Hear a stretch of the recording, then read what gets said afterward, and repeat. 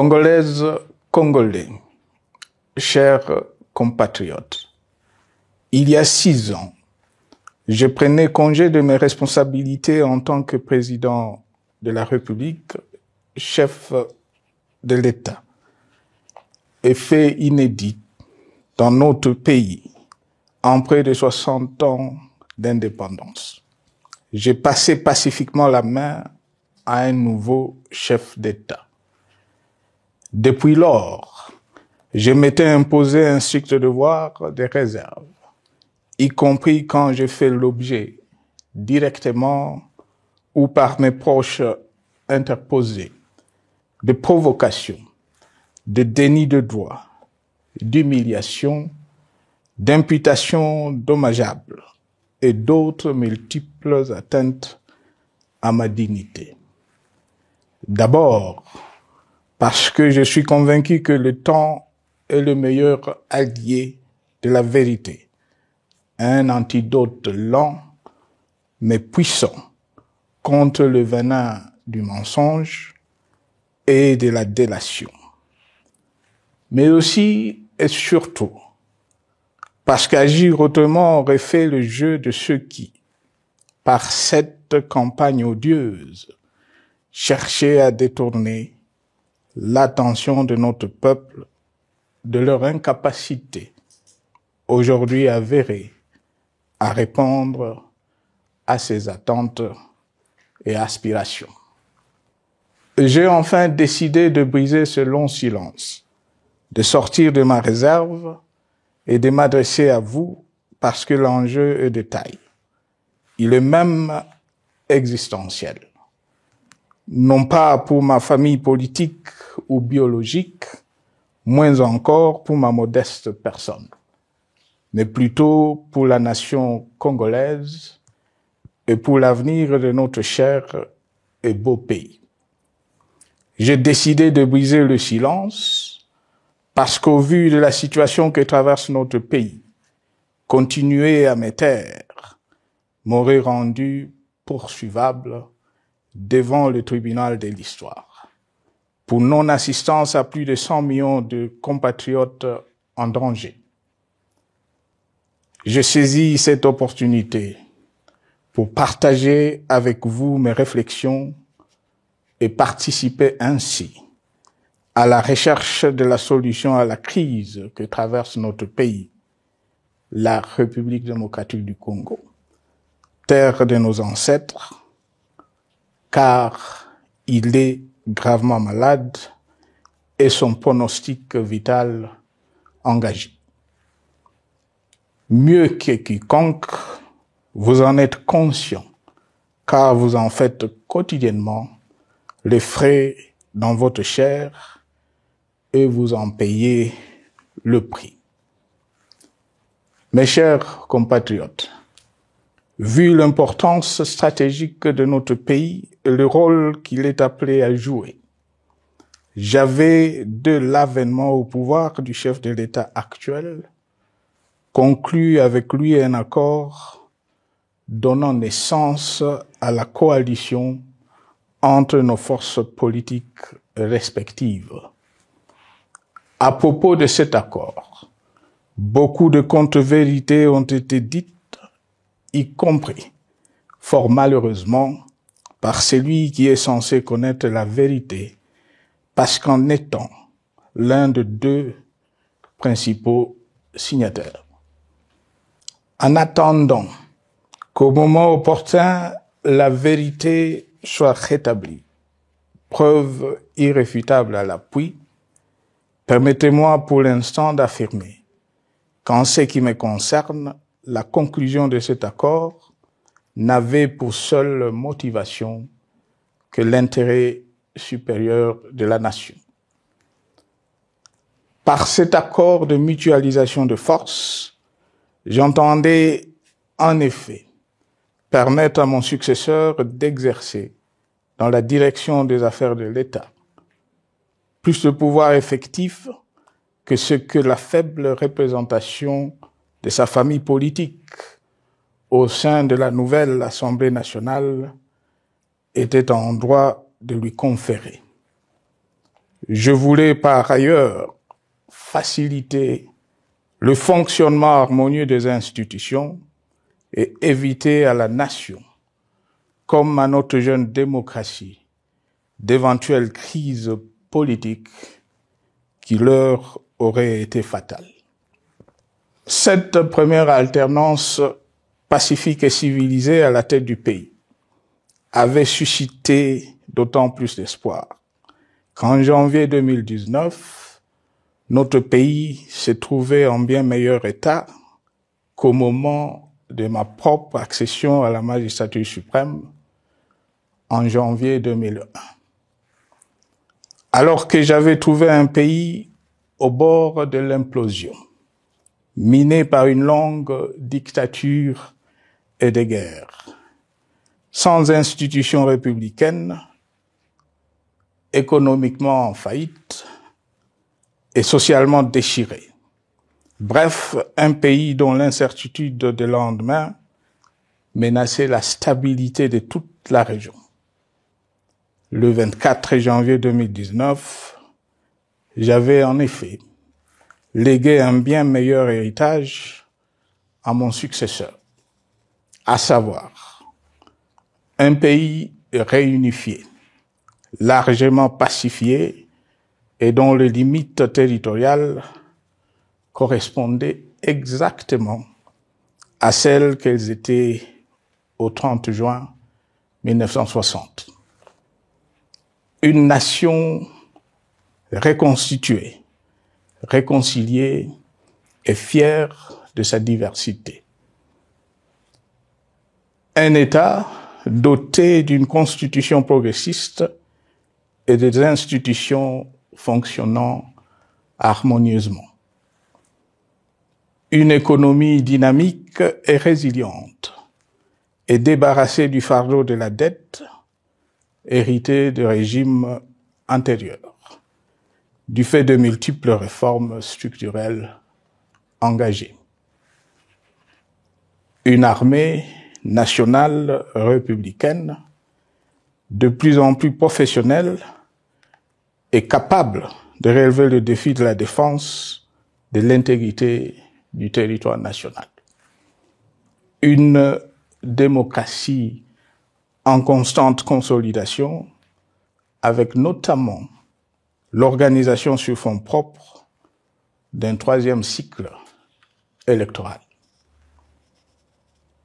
Le cœur serré, je constate qu'à peine 6 ans après, ce bel héritage en indivision, légué à l'ensemble de notre peuple, a été complètement dilapidé par celui qui en avait reçu la garde.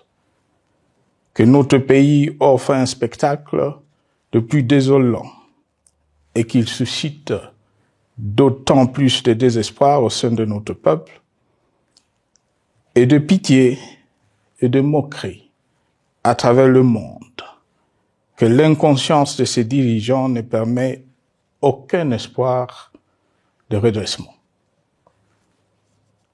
Cette détérioration rapide de la situation générale du pays est principalement due à l'iverse du pouvoir sans limite. Le nouveau dirigeant s'illustre en effet par une série de remises en cause, reniements et violations intentionnelles de la Constitution, avec en toile de fond la volonté irrésistible de concentrer tout le pouvoir entre les mains d'un seul homme, au mépris du pacte qui cimentait la cohésion de notre peuple. Le premier acte de remise en question de ce pacte républicain, véritable socle de stabilité et de cohésion nationale, a consisté à violer délibérément la Constitution et les lois pertinentes lors du premier remaniement de la Cour constitutionnelle par le président de la République. La violation de ce texte juridique, fondement de tout état de droit, pour de simples raisons de confort politique est devenue depuis lors une marque distinctive de la gouvernance de notre pays. Dans le même esprit, en décembre 2020, il fut organisé un coup d'État institutionnel à la suite du renversement en pleine mandature d'une majorité parlementaire, pourtant dévolue par le peuple souverain, ainsi que le gouvernement qui en était issu. S'en sont ainsi suivis la nomination illégale de membres de la Commission électorale nationale indépendante, ainsi que le simulacre des élections de décembre 2023, organisées en violation du cadre juridique et de normes internationales pertinentes, qui, par une ampleur sans précédent de la fraude, ont amplifié l'illégitimité des institutions et de leurs animateurs. Le coup de grâce a été donné par l'annonce du projet de changement de la Constitution, un projet dont la réalisation liquiderait totalement le consensus national de Sun City. Les conséquences négatives de cette gouvernance non orthodoxe sont pour le moins stupéfiantes. Le pays est ainsi devenu un espace de non-droit. La République a cessé d'être démocratique et la volonté du chef de l'État tient désormais lieu de loi suprême, supplantant la Constitution et les lois. En revanche, érigé en politique du gouvernement, le populisme et la démagogie, le mensonge et l'arrogance, la discrimination et la stigmatisation de certaines composantes de notre peuple, l'institutionnalisation du tribalisme et du népotisme, l'opposition de communautés nationales, les unes aux autres, le discours de haine et l'injustice ainsi que l'impunité ont d'autant plus aisément détruit la cohésion nationale et le vivre ensemble que l'opulence outrancière et le non-respect de la parole donnée sont les maîtres mots de la classe politique au pouvoir. Ce qui a rendu le pays fragile et donc vulnérable. Plus grave, le repli identitaire, dangereux pour l'édification de toute nation, a refait surface, avec ses vieux démons dont l'intolérance et la division est circonstance aggravante. Cela est non seulement toléré et impuni, mais aussi et surtout véhiculé et financé par les tenants du pouvoir. Face à cette dérive, le Parlement a abdiqué de sa mission constitutionnelle de contre-pouvoir. Il a ainsi cessé d'être le temple de la démocratie, le lieu par excellence de l'expression législative et la volonté du souverain primaire, pour ne plus être qu'une chambre d'enregistrement de la volonté d'une seule personne.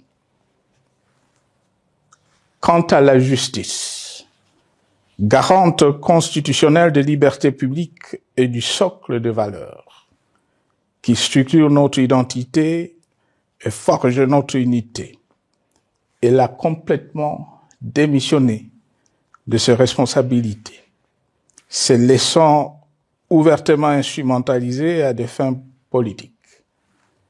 Elle n'est donc plus qu'un instrument d'oppression d'une dictature qui tente désespérément de survivre à contre-courant de l'histoire, par la terreur et l'imposition de la pensée unique. Rôle peu louable, qu'elle partage avec les milices tribales, ainsi que la police et le service de renseignement, eux aussi détournés de leur noble mission de protection des citoyens et de sécurisation de l'État. Sur le plan économique, la situation est de plus inquiétante. Malgré l'augmentation des recettes publiques, essentiellement due à l'arrivée à maturité de toutes les réformes courageusement votées de 2002 à 2018, notamment le nouveau code minier, forestier, des hydrocarbures, des assurances et de la sous-traitance, et un niveau d'aide financière accrue de la part des institutions de Bretton Woods. Aucun investissement n'a été réalisé pour doter le pays d'infrastructures modernes, soutenir de réformes structurelles et stimuler la croissance. Par contre, l'inflation et la dépréciation monétaire, jadis vaincues, sont de retour. La corruption et le détournement de deniers publics ont atteint un niveau inédit. Et l'endettement public que nous avions maîtrisé de 2010 a de nouveau grimpé en flèche, dépassant la barre des 10 milliards de dollars et suscitant des inquiétudes légitimes quant à la solvabilité à moyen et long terme du pays.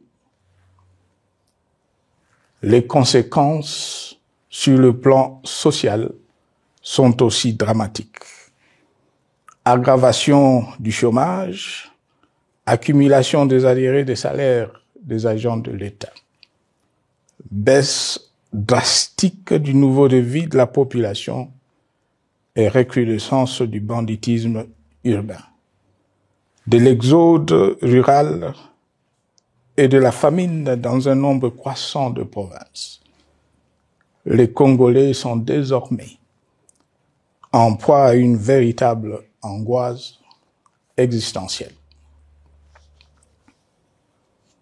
Parmi les victimes résignées de ce gâchis se trouve en bonne place notre jeunesse, qui a été pourtant de tout le combat démocratique et qui a beaucoup cru aux vertus de l'alternance pacifique. Aujourd'hui, sans repère ni perspective sérieuse du lendemain, ils se sont abandonnés, laissés à la merci des entrepreneurs de conflits et de vendeurs d'illusions de tous bords. Rien de ce qui lui a été promis depuis 6 ans n'a été réalisé. À cette jeunesse désabusée, comme à l'ensemble de notre peuple, nous tenons à donner une assurance. L'échec d'un régime compromet, mais ne scelle pas définitivement le sort d'un peuple. Mes chers compatriotes, s'agissant de la situation sécuritaire, dans les grandes agglomérations comme dans nos campagnes, elle est partout plus que préoccupante. C'est le cas notamment au nord Kivu, au sud Kivu, en Ituri, au Maniema, au Tanganyika, au Katanga et au Mai-Ndombe, province pourtant voisine de Kinshasa, capitale du pays et siège des institutions. Le sang de nos compatriotes civils et militaires, valeureux officiers et soldats des rangs, mais aussi députés, éminents membres de la société civile ou de partis politiques, a ainsi abondamment et gratuitement coulé. Du fait de l'intolérance, du cynisme, voire pire, d'un terrorisme d'État pratiqué dans un seul et unique dessein, l'abus du pouvoir pour le pouvoir. C'est le cas, entre autres, de plusieurs centaines de détenus du centre pénitentiaire de rééducation de Makala, sauvagement abattus dans la nuit du 1er au 2 septembre 2024, victimes sans défense d'un crime incontestable contre l'humanité, à ce jour resté impuni. Il en est de même de membres de la secte mystico-religieuse Wazalendo de Goma, de jeunes de la Junafek à Lubumbashi et du massacre des adeptes de l'église Mbidi à Kilwa. Cette déliquescence de la situation sécuritaire est due à la mauvaise gouvernance du pays qui, dans ce secteur, est aujourd'hui caractérisé par une formation militaire bâclée, des recrutements et mises en place ethniquement motivés, ainsi que par l'emprisonnement sans jugement, aussi bien de plusieurs militaires et officiers de haut rang que des agents de l'ordre et de sécurité, majoritairement swahiliphones. Bien plus, à l'armée nationale, bouclier de la nation, instrument de préservation de l'indépendance nationale et de l'intégrité territoriale, il a été substitué de bandes de mercenaires, de groupes armés, de milices tribales et de forces armées étrangères qui ont non seulement montré leurs limites, mais aussi enfoncé le pays dans un chaos indescriptible. L'État a ainsi perdu le monopole de la violence légitime en sous-traitant aux groupes armés, autrefois maîtrisés, le maintien de l'ordre public et de la tranquillité nationale. Et comme si cela ne suffisait pas, l'armée nationale est vilipendée, conspuée et tournée en dérision par les autorités qui n'assument jamais rien alors qu'elles sont censées veiller à sa consolidation et à sa respectabilité. Pour les avoir formés, commandés et conduits au front, je connais nos soldats, boucs émissaires aujourd'hui de toutes les contre-performances enregistrées sur les champs de bataille. Ils ne sont pourtant pas intrinsèquement moins bons, moins nationalistes et moins loyaux. Ce qui a changé entre-temps, c'est la qualité du commandement et de leur prise en charge.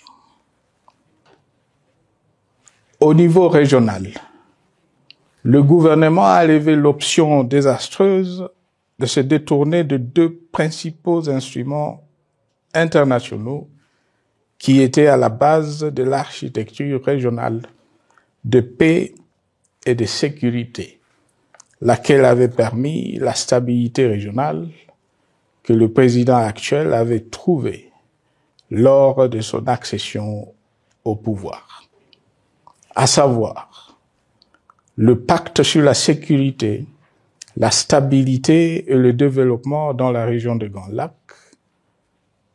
et l'accord cadre pour la paix, la sécurité et la coopération pour la République démocratique du Congo et la région. Plus grave encore, en faisant de forces négatives, les FDLR, ainsi que des centaines de groupes armés congolais, des supplétifs des forces armées de la République démocratique du Congo, le gouvernement a ouvert la voie à la régionalisation du conflit, avec des conséquences inévitables sur la stabilité de la région. Mes chers compatriotes, alors que sur le plan institutionnel, politique, économique et social, les fondamentaux avaient été établis et que le pays avait été placé sur la rampe de lancement, prêt à décoller. Nous voici, hélas, en un temps record, soit 6 ans, de nouveau à la case départ. Seul d'un État failli, divisé, désintégré, au bord de l'implosion, inscrit en bonne place au palmarès de pays pauvres, le plus corrompu et très endetté. En atteste tout le rapport tant du Conseil de sécurité des Nations Unies que ceux sur l'indice de développement humain et sur la pauvreté. La crise qui déchire notre pays est donc profonde et multidimensionnelle. Sa solution doit être nécessairement globale. Toute autre approche n'a donc aucune chance de conduire à une paix durable. Bien plus, le Congo est intemporel. Il n'appartient pas à tel ou tel régime politique, ce dernier étant par définition rotatif et donc passager en démocratie. Il appartient plutôt au peuple congolais dans sa grande diversité. Ce qui est vrai du Congo l'est aussi des immenses ressources du sol et du sous-sol dont il regorge et qui sont essentielles à la croissance et au développement à l'échelle internationale. Que tous, au pays comme à travers le monde, en tiennent compte et qu'ils inscrivent leurs projets dans une perspective qui privilégie l'intérêt du Congo et des Congolais, plutôt que celui de ceux qui, à un moment ou à un autre, dirige le pays. Cela étant, pour sauver le Congo, les griefs légitimes du peuple congolais contre le régime en place ne peuvent être éludés. Ils doivent plutôt être pris en compte. La dictature doit prendre fin et la démocratie, tout comme la bonne gouvernance économique et sociales doivent être restaurées. Car, comme en témoigne l'histoire, il ne peut y avoir de solutions sécuritaires définitives sans solution politique sincère. Sinon, il y aura de nouvelles vagues de convulsions politiques, de troubles à la paix, d'insécurité, d'instabilité institutionnelle, de conflits armés et de guerres civiles. Perspective qu'en toute responsabilité, nous, Congolais, ne pouvons plus nous permettre. Il est dès lors vital que les multiples initiatives de recherche de la paix, Luanda, Nairobi, EAC SADC, l'Union africaine, Doha et Washington, que nous accueillons favorablement, les considérant comme autant de signes de compassion et de solidarité à notre peuple, soient conscientes de cette exigence. Qu'elles accordent aux Congolais à la fois maîtres de leur destin et premières victimes de cette crise la place centrale qui leur revient de droit, aussi bien dans le diagnostic du mal dont souffre le pays que dans la prescription du traitement dont il a besoin pour en guérir définitivement. Il convient de noter à ce sujet que le gouvernement de Kinshasa s'est enfin résolu à se mettre autour d'une même table avec l'AFC M23 depuis plusieurs semaines à Doha, même si, bizarrement, il continue à considérer comme un crime le fait que les autres Congolais se parlent entre eux. C'est le lieu pour moi de saluer la démarche des évêques de la CENCO et de l'ECC, qui a le mérite de n'exclure du débat aucun sujet, ni aucun de nos compatriotes. Sans être parfaite, cette initiative conjointe des Églises mérite le soutien et, si nécessaire, des enrichissements de la part de notre peuple. Mes chers compatriotes, une fois n'étant pas coutume, il convient de dénoncer la falsification de l'histoire par ceux dont le jeu pervers dans l'opposition naguère, comme aujourd'hui au pouvoir, a consisté et consiste encore à calomnier, à diffamer, à diaboliser et à diviser pour gagner et régner, à se défausser sur les autres pour justifier leur contre-performance, quelles qu'en soient les conséquences sur la cohésion nationale ou en termes de vies humaines injustement brisées ou perdues.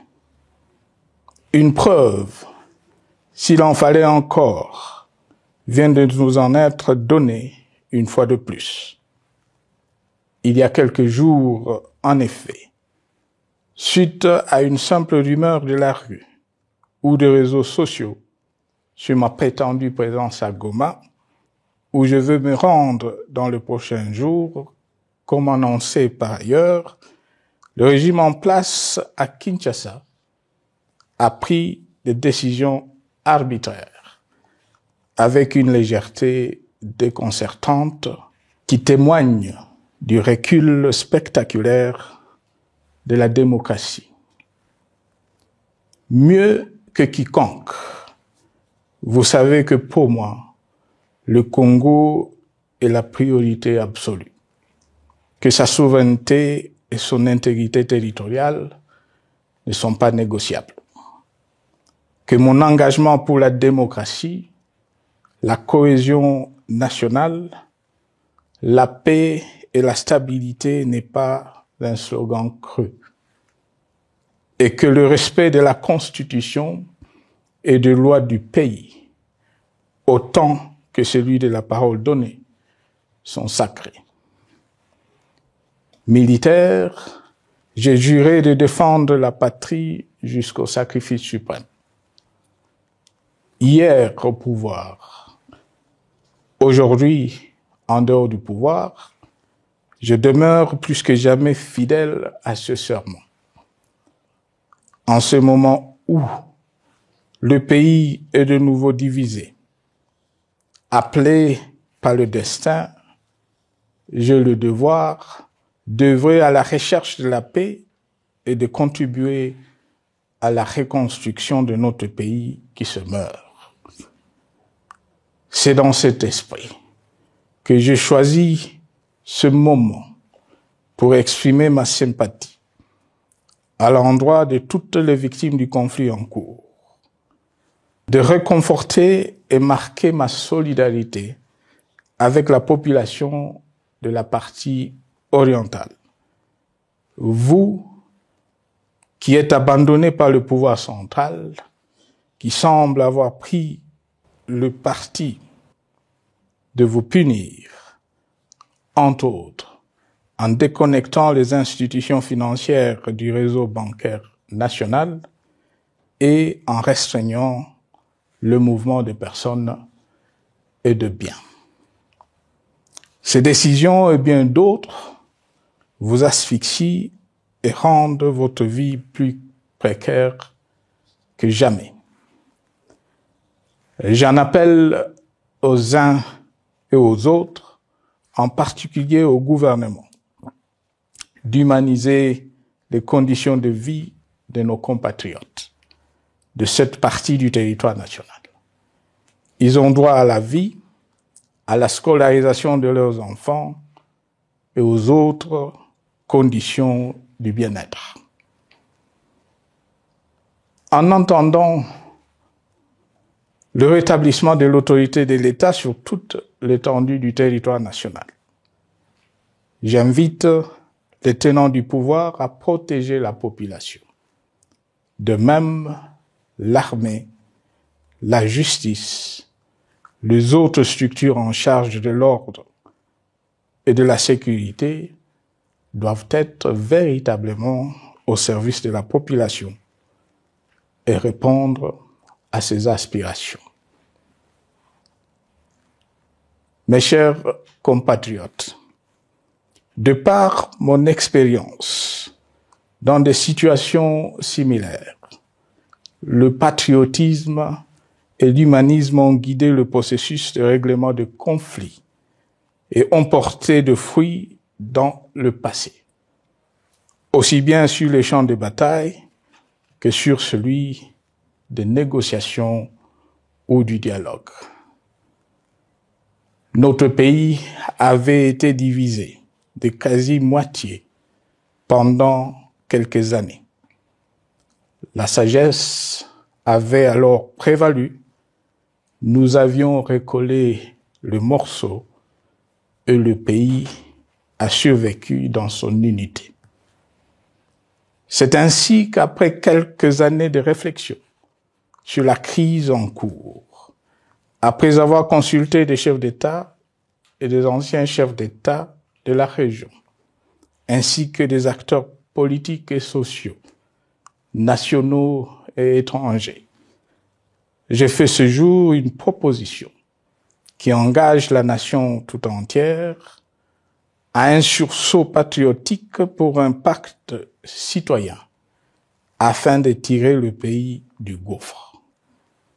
Le travail hardi qui s'impose à nous portera notamment sur les 12 points suivants. 1. Mettre fin à la dictature, mieux à la tyrannie. 2. Arrêter la guerre. 3. Rétablir l'autorité de l'État sur toute l'étendue du territoire national. 4. Restaurer la démocratie en revenant aux fondamentaux d'un véritable État de droit. 5. Rétablir les libertés fondamentales. 6. Réconcilier le Congolais et reconstruire la cohésion nationale. 7. Relancer le développement du pays par la mise en place d'une bonne gouvernance économique, une gestion administrative et financière orthodoxe et une répartition équitable des ressources nationales. 8. Relancer le dialogue sincère et permanent avec tout le pays voisin en vue de l'instauration de la paix et du développement durable dans la région. 9. Rétablir la crédibilité du pays auprès de partenaires au niveau tant régional, continental qu'international. 10. Neutraliser tous les groupes armés nationaux et étrangers et rapatrier ces derniers dans leur pays d'origine. 11. Mettre définitivement fin au recours et à l'utilisation des mercenaires, conformément à la Convention de l'Union africaine sur l'élimination du mercenariat en Afrique du 3 juillet 1977 et à la résolution des Nations Unies du 4 décembre 1989 portant sur la Convention internationale contre le recrutement, l'utilisation, le financement et l'instruction de mercenaires et rapatrier sans condition ceux qui sont déjà déployés sur le sol congolais. 12. Ordonner le retrait sans délai de toutes les troupes étrangères du territoire national. À ce sujet, je salue la décision sage des pays de la SADC de retirer les troupes de la SAMI DRC de notre pays. Vu l'immensité de la tâche ainsi décrite, je lance un appel solennel à tous les Congolais, sans distinction de sexe, d'ethnie, d'âge, de classe sociale, de zone géographique ou d'appartenance politique, qui aiment passionnément le Congo, qui sont prêts à tous les sacrifices, qui adhèrent sans réserve au pacte républicain de Sun City et qui tiennent au respect de la Constitution du 18 février 2006 à se dire autour de ces objectifs. Il s'agit de la refondation de l'État et de l'édification d'un pays qui a perdu ses repères. Mobilisons-nous et mettons à profit tous les moyens à notre disposition pour restaurer l'unité nationale, sauver le Congo et préserver son indépendance. Car l'Afrique et le monde nous regardent. Mes chers compatriotes, le Congo vaut mieux que la caricature qu'en donnent ses dirigeants actuels. Le Congo mérite mieux que cette politique extérieure faite de jérémiades et de mendicité. J'ai donc la ferme conviction que le peuple congolais est capable, aujourd'hui comme en 1960, de vaincre le démon de la division, qu'il est capable aujourd'hui, comme au cours de la décennie 90, de vaincre la tyrannie et la tentation du pouvoir absolu. Qu'il est capable aujourd'hui, comme en 2003, de prendre le dessus sur ce qui nous divise et de mettre fin à la violence armée qui oppose ses enfants. Pour y parvenir, chacun doit jouer sa partition. Je m'engage à jouer la mienne. Que Dieu bénisse la République démocratique du Congo, qu'il bénisse individuellement chacun de vous. Je vous remercie.